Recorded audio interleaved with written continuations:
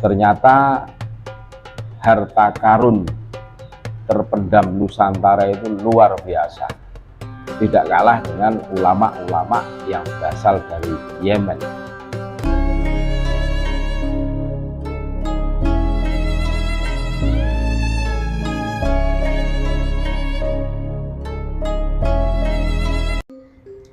Assalamualaikum warahmatullahi wabarakatuh.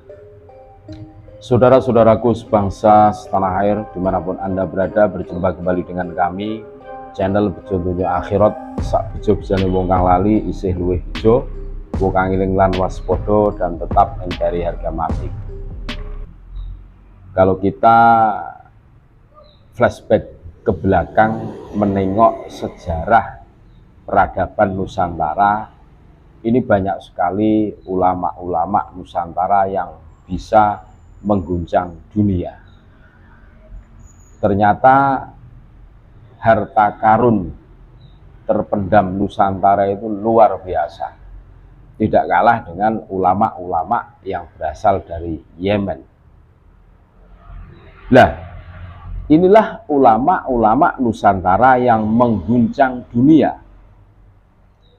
Hadis baginda Rasulullah Muhammad SAW yang diriwayatkan oleh Abu Dawud, Rasulullah SAW bersabda, sesungguhnya para ulama itu pewaris para nabi, sebab para nabi tidak mewariskan dinar atau maupun dirham. Mereka mewariskan ilmu. Siapa saja yang memungut ilmu itu, maka ia mendapatkan bagian yang sempurna. Jadi jelas yang diwariskan oleh para nabi dan rasul itu bukan dinar ataupun dirham, bukan harta benda, tetapi ilmu. Barang siapa yang memungutnya, mengambilnya, berarti dia mengambil sesuatu yang sempurna. Bahwa Habib Usman bin Yahya dikenal sebagai mufti Betawi atau Dewan Fatwa Betawi atau Batavia, dan diangkat oleh Belanda sebagai honorer advisor atau penasehat kehormatan untuk urusan Arab, dan juga sahabat dekat Senok Horgrond, sang orientalis. Persahabatannya dengan Senok Horgrond memang mengundang kontroversi dan polemik di kalangan ulama dan cendekiawan sampai hari ini. Namun, terlepas dari polemik itu, ternyata di Nusantara lahir banyak ulama yang perannya tidak bisa dipandang sebelah mata. Banyak ulama Nusantara yang memiliki pengaruh besar di dunia internasional. Ulama-ulama Nusantara ini telah berperan dalam mengembangkan pemikiran Islam dan menyebarkan pesan kebaikan ke seluruh penjuru dunia. Berikut adalah ulama Nusantara yang hingga kini nama dan karyanya dikenal dunia. Yang pertama adalah Syekh Nawawi Al-Bantani. Nah, nama lengkapnya adalah Abu Abdul Mu'ti Muhammad bin Umar At-Tanara Al-Jawi Al-Bantani. Lahir di Tanara, Serang, Banten pada 1813 dan wafat di Mekah pada tahun 1897. Syekh Nawawi merupakan keturunan Maulana Hasanuddin, putra Sunan Gunung Jati, Cirebon, Jawa Barat, serta generasi ke-12 dari Sultan Banten. Saat usia 15 tahun, Syekh Nawawi memantapkan tekad untuk berhaji dan menuntut ilmu di Mekah. Ia berguru dengan banyak tokoh penting dalam dunia Islam, antara lain Syekh Sayyid Ahmad Nahrawi, Syekh Junaid, dan Syekh Ahmad Dimyati. Syekh Nawawi juga sempat berguru kepada Syekh Muhammad Khotib dan Syekh Ahmad Zaini Dahlan, dua ulama besar di Madinah, Arab Saudi. Kematangan dan kecerdasannya diakui setiap guru yang ia temui. Bahkan ulama asal Mesir, Syekh Umar Abdul Jabbar, dalam karyanya berjudul Ad-Durus Mim Madil Ta'lim Wahadirih bil Masjidil Haram, tak ragu menyebut Syekh Nawawi sebagai sosok yang produktif dan menguasai berbagai cabang keilmuan. Hingga akhir hayatnya, Syekh Nawawi berhasil menulis ratusan judul kitab yang menjadi rujukan ulama-ulama di Jazirah Arab dan Asia Tenggara. Di Indonesia, karya-karya itu menjadi kurikulum wajib di pesantren dan madrasah. Seperti kitab At-Tafsirul Munir lil Muallim lil Muallimit Tanzil Al-Mufassiron Wujuh Mahasin Takwil Musamma Murahil Labid li Kasyaf fi Maknal Qur'anil Majid. Terus Kasyifah As-Saja, Kasifatus Saja, atau Syarah Safinatun Najah, Sulam Munajah, Nihayatuz Zain, atau Nasoihul Ibad. Itu yang pertama, Syekh Nawawi Al-Bantani. Terus yang kedua adalah Syekh Ahmad Khotib Al-Minangkabawi. Nama lengkapnya adalah Al-Alamah Asy-Syaikhul Ahmad Khotib rahimahullah bin Abdul Latif bin Abdurrahman. Ia lahir di Koto Tuo, Balai Gurah, 4 Angkek, Agam, Sumatera Barat pada 1860 dan wafat di Mekah 1916. Ia tercatat sejarah sebagai orang non-Arab pertama yang dipercaya menjadi imam besar di Masjidil Haram, Mekah. Syekh Khotib sudah dititipkan ke beberapa ulama besar di Mekah sejak usia 10 tahun. Ia berguru kepada banyak ulama besar, di antaranya Sayyid Umar bin Muhammad bin Mahmud Syato' Al-Maki Asy-Syafi'i, Sayyid Utsman bin Muhammad Syato' Al-Maki Asy-Syafi'i, serta Sayyid Bakri bin Muhammad Zainul Abidin Syato' Ad-Dimyati Al-Maki Asy-Syafi'i. Dari pikirannya lahir ratusan karya. Beberapa judul yang sering dijadikan rujukan oleh ulama dunia ialah Hasyiyah An-Nafat ala Syarhil Waraqat lil Mahalli, Al-Jawahirun Naqiyah fi Amalil Jaibiyah, Ad-Da'il Masmu ala man yuwarrisul ikhwah wa auladil akhwan ma'a wujudi usul wal furu' serta Raudatul Husab. Di Indonesia banyak tokoh-tokoh besar kepada Syekh Khotib seperti belajar kepada Syekh Khotib seperti Haji Rasul Ayah Buya Hamka, Kiai Haji Hashim Asy'ari, Kiai Haji Ahmad Dahlan. Yang ketiga, Syekh Muhammad Yasin Al-Fadani. Syekh Yasin memiliki nama lengkap Abu Al-Faid Fadil Alam Ad-Din Muhammad Yasin bin Muhammad Isa Al-Fadani. Ulama berdarah Padang, Sumatera Barat ini dilahirkan 17 Juli 1915 dan wafat di Mekah pada 20 Juli 1990. Ia mengawali pendidikan agama dari ayahnya, Syekh Muhammad Isa Al-Fadani. Setelah itu melanjutkan ke Madrasah As-Sautiyah Makkah.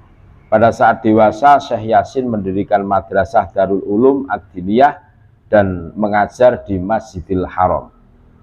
Sepanjang hidupnya, Syekh Yasin menulis 97 kitab. Yang paling dikenal berjudul Al-Fawaidul Janiyah. Buku ini menjadi materi silabus dalam mata kuliah usul fiqh di Fakultas Syariah Al-Azhar Kairo, Mesir. Itu yang ketiga. Terus yang keempat adalah Syekh Muhammad Arsyad Al-Banjari. Syekh Muhammad Arsyad Al-Banjari lahir di desa Lok Gabang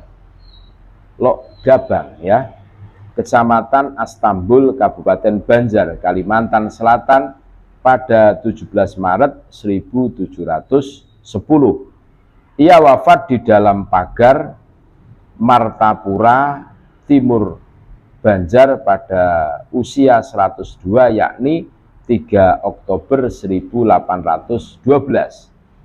Syekh Arsyad mendapat julukan Anumerta Datuk Kelampaian.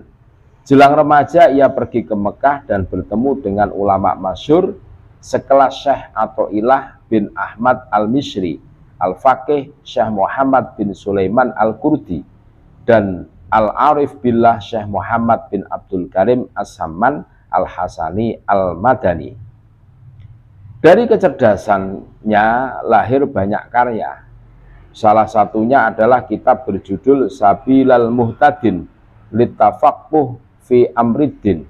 Kitab tersebut dianggap banyak tokoh sebagai buku paling monumental. Kitab yang memuat penjelasan hukum fikih itu bahkan dijadikan dasar negara Brunei Darussalam. Yang kelima, Syekh Sulaiman Ar-Rasuli Al-Minangkabawi. Syekh Sulaiman atau yang dikenal dengan Inyak Canduang lahir di Candung, Sumatera Barat pada 1871 dan wafat pada 1 Agustus 1970. Ia menempuh pendidikan agama di Mekah bersama Kiai Haji Hasyim Asy'ari, Syekh Hasan Maksum, Syekh Khotib, Syekh Zain Simabur, dan lainnya. Selain itu, Syekh Sulaiman juga berguru ke ulama Kelantan dan Patani, Thailand. Ia menimba pengetahuan dari Syekh Wan Ali Abdurrahman Al-Kalantani, Syekh Muhammad Ismail Al-Fatani, dan Syekh Ahmad Muhammad Zaid Al-Fatani. Sekembalinya ke Indonesia pada 1950, Syekh Sulaiman turut serta dalam keanggotaan konstituen mewakili Persatuan Tarbiyah Indonesia atau PERTI. Karya Syekh Sulaiman banyak menjadi sumber inspirasi bagi ulama di Asia Tenggara dan Jazirah Arab. Beberapa judul yang dikenal antara lain Dia Usirat fi Isra wal Mi'raj, Samaratul Ihsan fi Wiladah Sayyidil Insan, Dawaul Qulub fi Kisah Yusuf wa Yaqub, Risalah Al-Aqwal, Al-Wasitoh fi Dzikri wa Rabbitoh, Al-Qaulul Bayan fi Tafsiril Quran, serta Al-Jawahirul Kalamiyah. Syekh Sulaiman dianggap sebagai tokoh yang menyebarluaskan gagasan sebagai keterpaduan adat Minangkabau dan syariat lewat ungkapan adai basandi syarak basandi kitabullah. Itu yang nomor 5. Terus yang nomor 6 adalah Hadratus Syekh Kiai Haji Muhammad Hasyim Asy'ari. Ia lahir pada 14 Februari 1871 Masehi yang bertepatan dengan Selasa Kliwon 24 Dzulqa'dah 1287 Hijriah di Kabupaten Jombang. Wafat di Jombang dalam usia 76 tahun, yakni pada 21 Juli 1947 Masehi atau 3 Ramadan 1366 Hijriah. Sosok pendiri Nahdlatul Ulama atau NU ini dimakamkan di komplek Pondok Pesantren Tebuirung, Jombang. Hampir sebagian besar pesantren di Jawa dan Sumatera lahir dari rahim pesantren Tebuireng. Para kiainya pernah menjadi santrinya. Selain itu, Hadratus Syekh Kiai Haji Muhammad Hasyim Asy'ari juga berperan penting dalam perjuangan kemerdekaan Indonesia, serta menginspirasi perlawanan terhadap penjajahan di dunia Islam. Ia mengajak para santrinya untuk berjuang melawan penjajah. Menurutnya, berjuang melawan penjajah hukumnya fardhu ain, wajib bagi setiap kaum muslimin Indonesia. Pada 22 Oktober 1945, Hadratus Syekh Kiai Haji Muhammad Hasyim Asy'ari mengeluarkan fatwa jihad. Isinya, hukum membela negara dan melawan penjajah adalah fardhu ain, alias wajib bagi setiap mukallaf atau orang dewasa yang berada dalam radius 88 km. Jadi, pahala perang melawan penjajah setara dengan jihad fisabilillah. Oleh karena itu, orang Islam yang gugur dalam peperangan itu dihukumi mati syahid. Fatwa jihad ini kemudian dikenal dengan istilah resolusi jihad. Sejumlah karya Hadratus Syekh Kiai Haji Hasyim Asy'ari diantaranya adalah Risalah Ahlus Sunnah wal Jamaah fi Hadisil Mauta wa Syarah As-Sa'ah wa Bayan Mafhum As-Sunnah wal Bid'ah, Adabul Alim wal Muta'allim, Ziyadatut Tholiqat, At-Tambihatul Wajibat liman yasna'u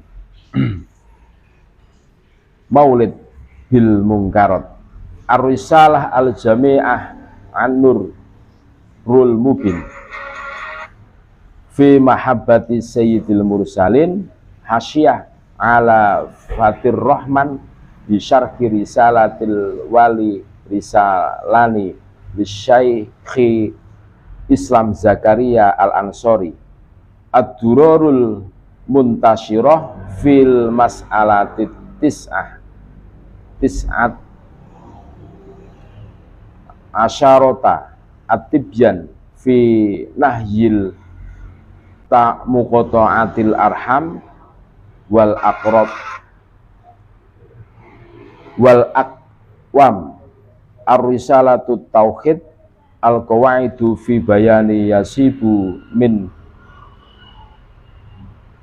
aqaid, dan masih banyak lagi yang lainnya. Itulah daftar ulama-ulama Nusantara yang luar biasa yang bisa mengguncang dunia internasional, dan kita harus berbangga karena itu sesuatu yang sangat luar biasa yang dimiliki oleh Nusantara. Terima kasih, tetap NKRI harga mati. Assalamualaikum warahmatullahi wabarakatuh.